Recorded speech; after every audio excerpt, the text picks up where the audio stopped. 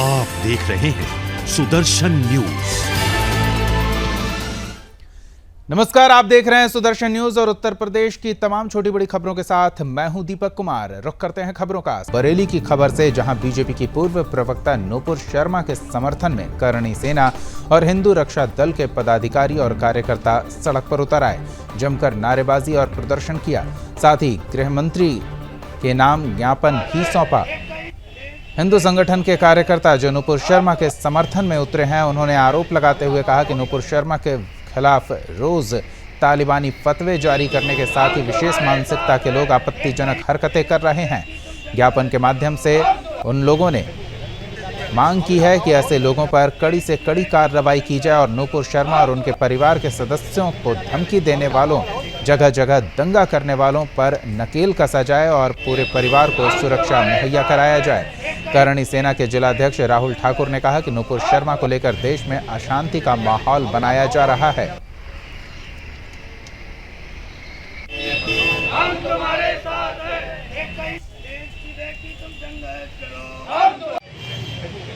हमारी देश की बेटी नूपुर शर्मा के खिलाफ जिस तरीके से कुछ जहाजियों द्वारा साजिशें की जा रही हैं, फतवे जारी किए जा रहे हैं, ये गलत है। आज हम सभी हिंदू संगठनों ने आह्वान किया है और गृह मंत्री को एक ज्ञापन सौंपा है कि देश की बेटी है, अगर उसने कुछ गलत कहा है तो वो न्याय का मामला है, न्यायपालिका में जाना चाहिए। एफआईआर तो दर्ज हो गई, उसके बावजूद जुमे की नमाज वाले दिन एक भीड़ निकलती है, वो पत्थरबाजी करती है, हिंदुओं के मंदिरों को निशाना बनाया जा रहा है, हिंदुओं की दुकानें जलाई जा रही हैं। बात उत्तर प्रदेश के सीतापुर की करते हैं, जहां नूपुर शर्मा के समर्थन में आजाद हिंद भगत संगठन द्वारा कट्टरपंथी समाज के विरुद्ध ज्ञापन सौंपकर कड़ी कार्रवाई की मांग की। नगर मजिस्ट्रेट पूजा मिश्रा को ज्ञापन सौंपते हुए संगठन के सदस्यों ने कहा कि भारत में कट्टरपंथी समाज जो संविधान को न मान और आए दिन किसी न किसी के विरुद्ध फतवा जारी करता है, न्याय व्यवस्था को नकारने का कार्य कर रहा है, जो उचित नहीं है।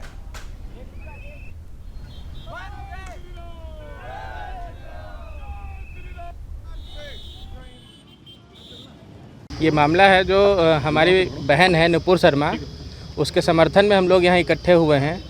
जैसा कि कुछ अराजक तत्व हैं, कट्टरवादी हैं, वो बोल रहे हैं कि इस देश में कट्टरवाद चलेगा, वैसा कुछ नहीं है। देश संविधान से चलेगा और अगर कोई मामला है तो उसको आप अदालत में लेके जाइए और अदालत जैसा फैसला करेगी वो हम सबको मान्य होगा। ये नहीं है कि हम कानून अपने हाथ में ले लें, पत्थर चलाएं, गोली चलाएं, लाठी डंडा चलाएं, बम चलाएं।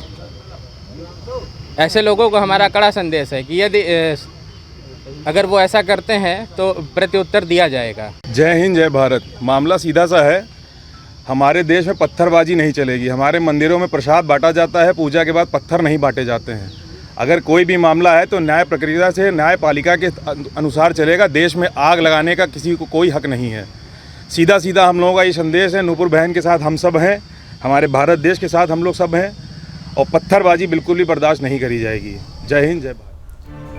बुंदेलखंड के 6 जिलों को जल्द ही एक्सप्रेसवे की सौगात मिलने वाली है। जालौन में प्रधानमंत्री नरेंद्र मोदी जुलाई माह में इसका उद्घाटन करने आ सकते हैं। प्रधानमंत्री के आगमन की सुगबुगाहट को लेकर जालौन जिला प्रशासन द्वारा तैयारियां की जा रही है। एक्सप्रेसवे पिछले 27 महीने में बनकर तैयार हुआ है और कमिश्नर ने जिलाधिकारी चांदनी सिंह के साथ एक्सप्रेसवे का निरीक्षण किया। उन्होंने अधिकारियों को निर्देशित किया है कि अभी से ही माइक्रो प्लान बनाकर तैयारियां शुरू कर दी जाए। बता दें कि प्रधानमंत्री और मुख्यमंत्री योगी आदित्यनाथ के ड्रीम प्रोजेक्ट बुंदेलखंड एक्सप्रेसवे की नींव 2019 में प्रधानमंत्री द्वारा रखी गई थी, जो बुंदेलखंड के लोगों के लिए बड़ी सौगात है। साथ ही उन्होंने कहा कि चित्रकूट से दिल्ली पहुंचने में इसके बनने के बाद लोगों को कोई परेशानी नहीं होगी और समय भी कम लगेगा।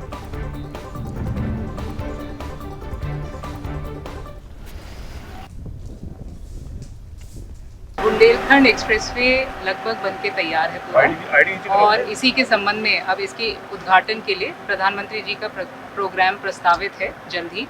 उसकी तैयारी के लिए आज कमिश्नर सर झांसी और डीआईजी सर झांसी आए हैं यहाँ पे और एक तैयारी का मुआयना करने के लिए आए थे। तो यहाँ पे सारी तैयारी जो प्रोग्राम है, सीक्वेंस है, वो सब डिस्कस हुई है और लगभग पूरा सीक्वेंस तैयार हो गया है और अब शासन को इसके बारे में सूचना भेजी जाएगी। गोंडा में ग्राम पंचायत के भ्रष्टाचार का मामला सामने आया है।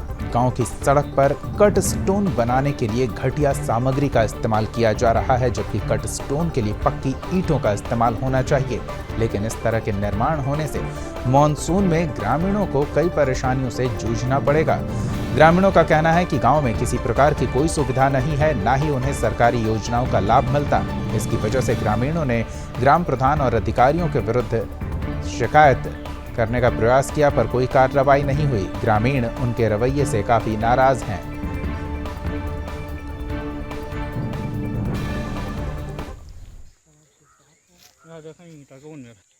हमारे गांव में एक सड़क की निर्माण हो रही है ग्राम सभा के द्वारा। उसमें जो है बहुत भारी मात्रा में अनैतिकता की जा रही है, भ्रष्टाचार के वो भेंट चढ़ाया जा रहा है। सभी जो है सेम ईंटे से निर्माण किया जा रहा है। प्रधान के द्वारा कहने पर वो कह रहे हैं आप क्या कर लेंगे, हम जैसे मन चाहेंगे वैसा ही निर्माण करेंगे। फोर्थ क्लास नहीं है, उससे भी घटिया क्वालिटी का ईंटा लगाया जा रहा है। नहीं, मोरंग का प्रयोग नहीं है, सीधा जो है 8 के मसाले से जोड़ा गया है। उसमें किसी तरीके का कोई जो है रेत का प्रयोग नहीं किया गया है, सीधा बालू का ही प्रयोग है। क्या चाहते हैं? हम चाहते हैं कि उसको जो है जो सरकार द्वारा मानक दिया गया है उसके अनुरूप कार्य कराया जाए। हमारे यहाँ का समस्या है कि एक नाली बनावा जाए, नाली बना के उसका पानी कर सबके नल के कहीं सुविधा किया जाए सरकारी ज़मीन में। सड़क तो बहुत गड़बड़ है साहब, बहुत खराब है। क्या चाहते हैं? अच्छा जो बनावा जाए, अच्छा काम किया जाए यहाँ पर। बरेली में सिरौली के निर्माणाधीन पार्क का बाउंड्री वॉल भर कर गिर पड़ा। लोगों ने घटिया सामग्री लगाकर दीवार बनाने का आरोप लगाते हुए अधिशासी अधिकारी श्याम वचन सरोज से शिकायत कर कार्रवाई की मांग की। मोहल्ला साइदान में नगर पंचायत की ओर से 25 लाख की लागत से पार्क को घेराबंदी की जा रही है।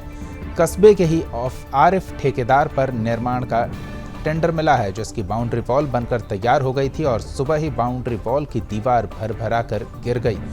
सभासद समेत करीब 1 दर्जन लोगों ने अधिशासी अधिकारी से इसकी शिकायत की है। अधिशासी अधिकारी ने बताया कि जेई को जांच सौंपी गई है और रिपोर्ट के अनुसार कार्रवाई की जाएगी।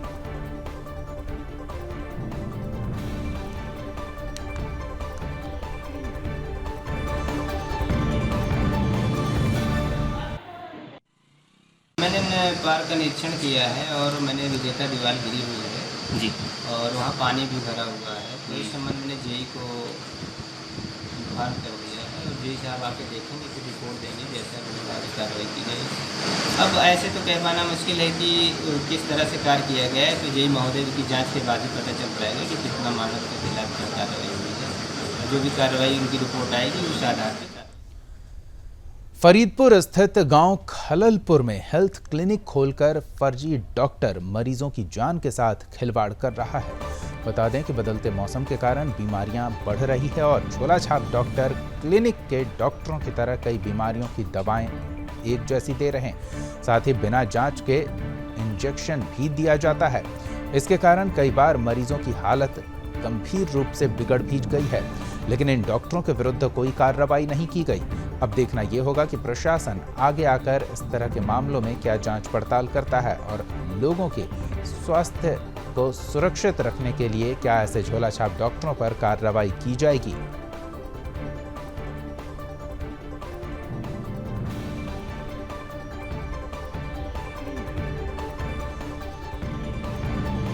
बरेली में कुछ दिन पहले जन्मा बच्चा डॉक्टरों की लापरवाही के कारण मौत की भेंट चढ़ गया। इसके बाद पूरा परिवार शोकाकुल है। बच्चे की मौत के बाद परिजनों ने डॉक्टर के विरुद्ध जमकर हंगामा किया। हंगामे की सूचना मिलते ही पुलिस भी मौके पर पहुंच गई। पुलिस ने हंगामा कर रहे परिजनों को शांत कराया और जल्द से जल्द कार्रवाई का आश्वासन दिया।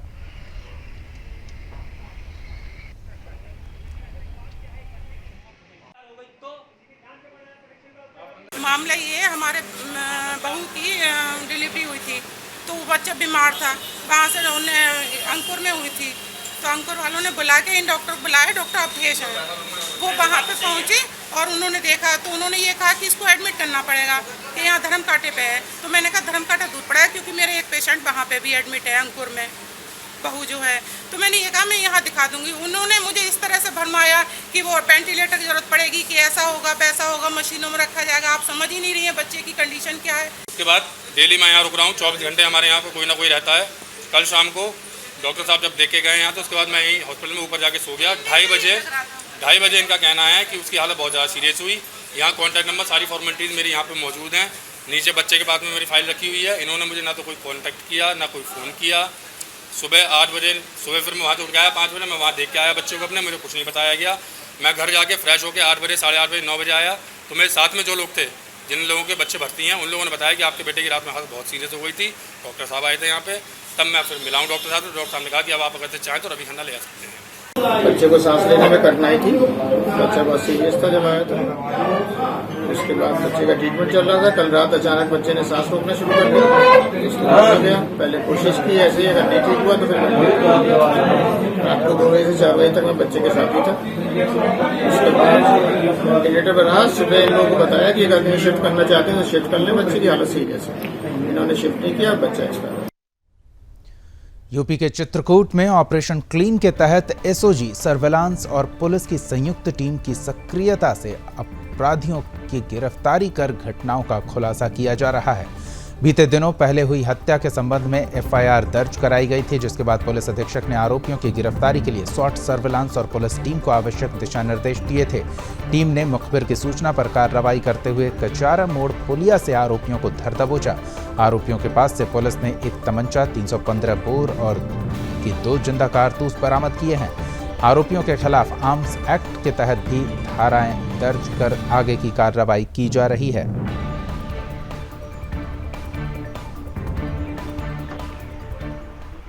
गांव के बाहर एक गौरी शंकर दुबे करके व्यक्ति है, उसकी गोली मारकर हत्या कर दी गई थी, जिसमें कि तुरंत मौके पर पहुंचकर उसमें मेरे द्वारा भी उसमें घटना का निरीक्षण घटनास्थल किया गया था और उसमें मुकदमा लिखाया गया था। इसमें कि हमें सफलता हासिल हुई है।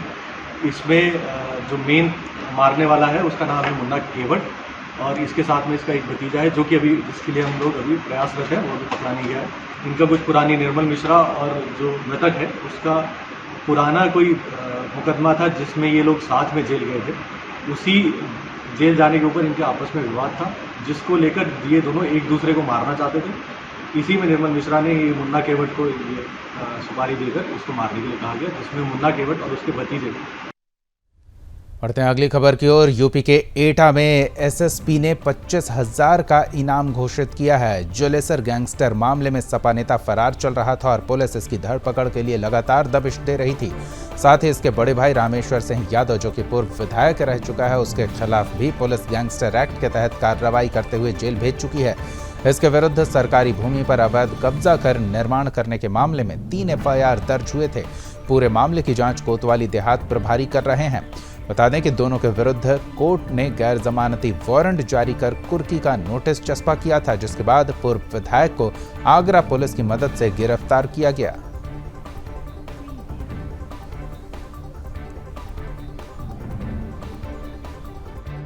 थाना कोतवाली अंतर्गत गैंगस्टर एक्ट के अभियोग में वांछित चल रहे अभियुक्त जोगेंद्र सिंह यादव के विरुद्ध दिनांक 31/5 को 82 CRPC का आदेश न्यायालय से प्राप्त हुआ था। उसके बाद भी अभियुक्त न्यायालय के समक्ष हाजिर नहीं हो रहा है, इसलिए इनके विरुद्ध 25,000 रुपये का इनाम घोषित किया गया है। यूपी के मोदी नगर में पुलिस और बाइक सवार बदमाशों के बीच मुठभेड़ हुई। वहीं पैर में गोली लगने से बदमाश घायल हुआ। मुठभेड़ के दौरान नवाब आलम, जो गढ़मुक्तेश्वर का रहने वाला है, वो घायल हुआ है। अपराधी वांछित चल रहा था और नवाब पर करीब 1 दर्जन चोरी लूट में अभियुक्त होने के मामले दर्ज हैं। गिरफ्तार आरोपी नवाब ने बताया कि वो और उसका साथी मिलकर वाहन चोरी कर बिहार जाकर बेचता था। अभी तक उसके द्वारा सैकड़ों वाहनों को एक व्यक्ति को बेचा जा चुका है। साथ ही बताया कि उसके साथी फारूक और शहनवाज ने इंदिरापुरम में एक स्विफ्ट गाड़ी भी चोरी की थी, जो थाना विजयनगर में पकड़ी गई। इस मामले में फारूक गिरफ्तार हुआ था, लेकिन शहनवाज मौके से फरार हो गया था।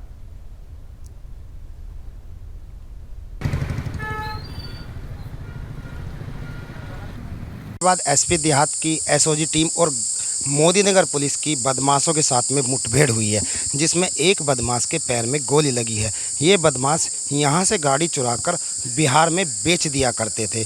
आपको बता दें कि इसमें बदमाश का एक साथी भागने में फरार रहा और एक आदमी को गिरफ्तार किया गया है।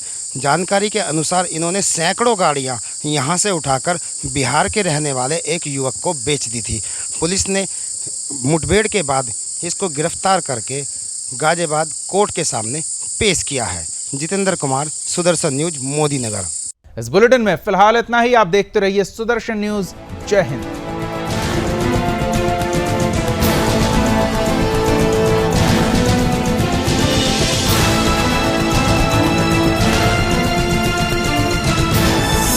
आप देख रहे हैं